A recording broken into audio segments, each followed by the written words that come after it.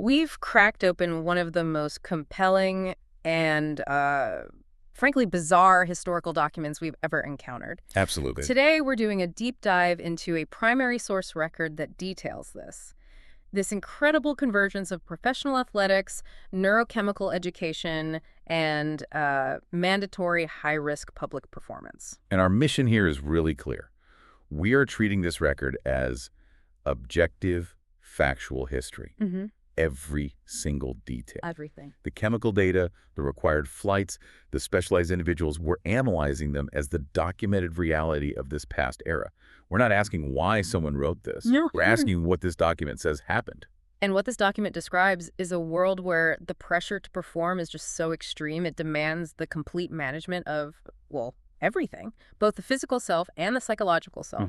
The scope covers these mandatory promotional rituals for pro football players, the academic study of psychoactive compounds among student athletes, High-level student athletes, no less. and even the pharmacological intervention required just to, maintain a competitive edge. It's an intensely mediated reality, technologically, visually, and Yes. chemically. This record is a stunning shortcut to understanding how they engineered performance stability. Okay, let's unpack this. The world this document describes is intensely mediated, both technologically and chemically. So let's start with the spectacle. The setting. Right. The core athletic environment is Mile High Stadium. But we aren't talking about a standard football game here. Not even close. The record describes the atmosphere as almost toxic. It says it's far and away the loudest stadium any place. And filled with, what was it? Oxides. Oxides and a powerful updraft created by, and get this, thousands of open mouths below. Just from people breathing, it sounds less like a sports venue and more like an industrial crucible. And it's into that volatile environment that the athletes are forced.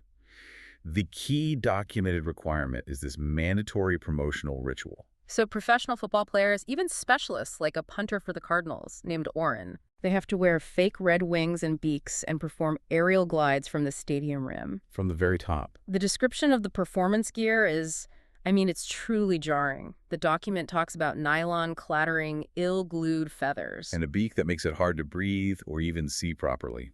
Wait a minute. So they're risking a career-ending injury, a major physical hazard, just for what amounts to a marketing stunt.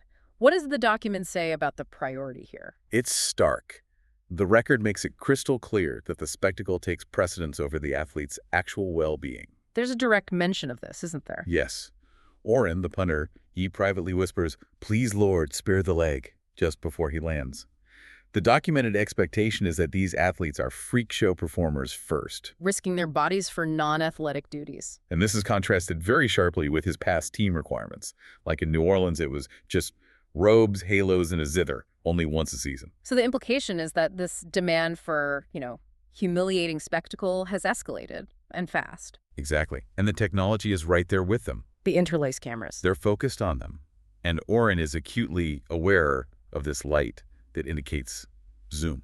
So he knows the pan is tightening on their humiliation. The whole physical ordeal is being captured and broadcast in intimate detail. And this physical pressure, this demand for performance under such extreme, humiliating stress. That's the link, isn't it? It's what leads us directly to the documented neurochemical solutions. We transition from the stadium to this educational setting. A big buddy colloquium. Right, where an upperclassman, Michael Pemulis, is educating younger students. But the subject of this required learning is not how to run drills. It's advanced pharmacology. Specifically, the organopsychedelic mesomol. Mesomol. Okay, break that down for us. What does the document say this substance is and what it does? Well, mesomol is derived from the Amanita muscaria, the fly agaric mushroom. The classic red one with the white spot. Yeah, that's the one. And Pemulis's instruction is rigorous.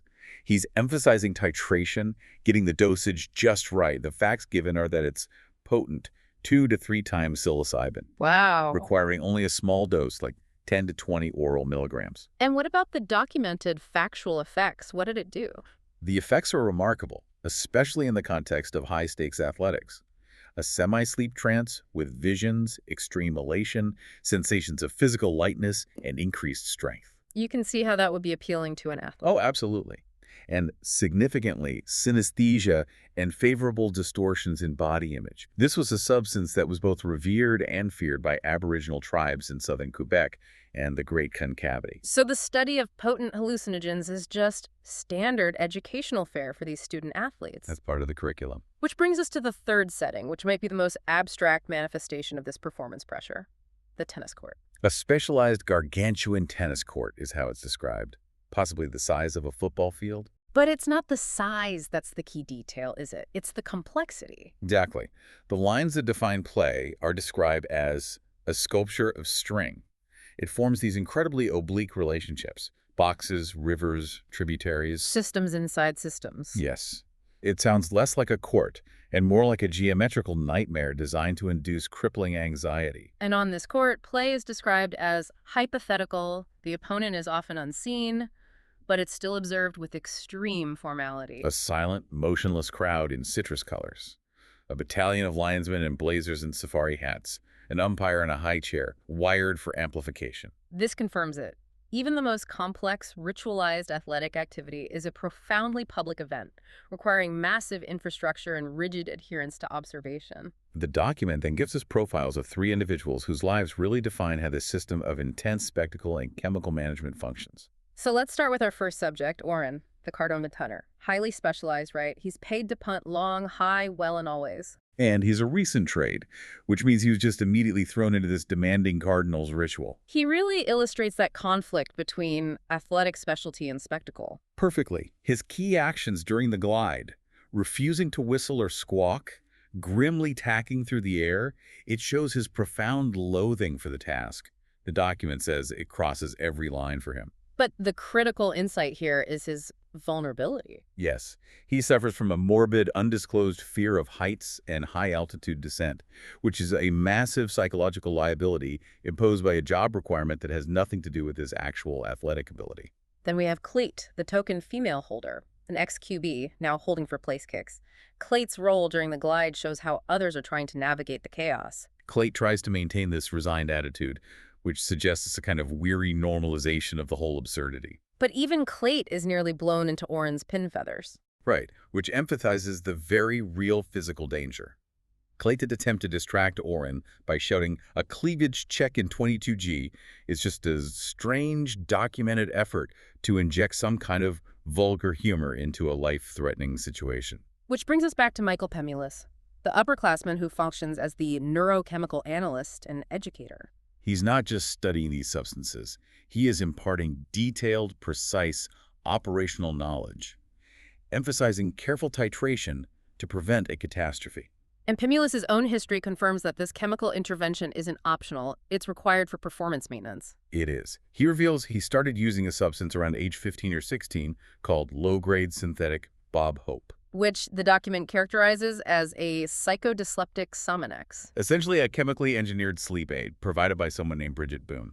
And the reason for this was purely functional. He had a nightly recurring unpleasant dream that was causing slight deterioration in performance and rank. And that's the core nugget of knowledge, right there.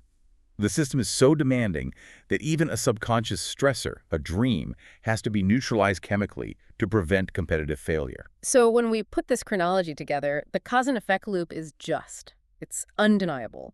The document details a history of marginal players using neurochemical aids early. Things like drines before matches and a substance called enkephaline 26 after. And this inevitably leads to what the record calls a vicious circle of individual neurochemistry.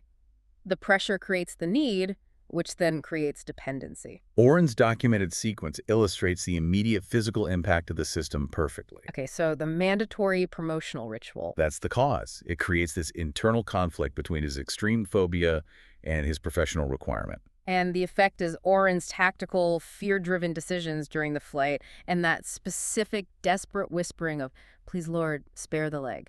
The documentation directly links a non-athletic duty to the threat of career-ending injury. There's no ambiguity. And Pemulus's sequence establishes the psychological necessity.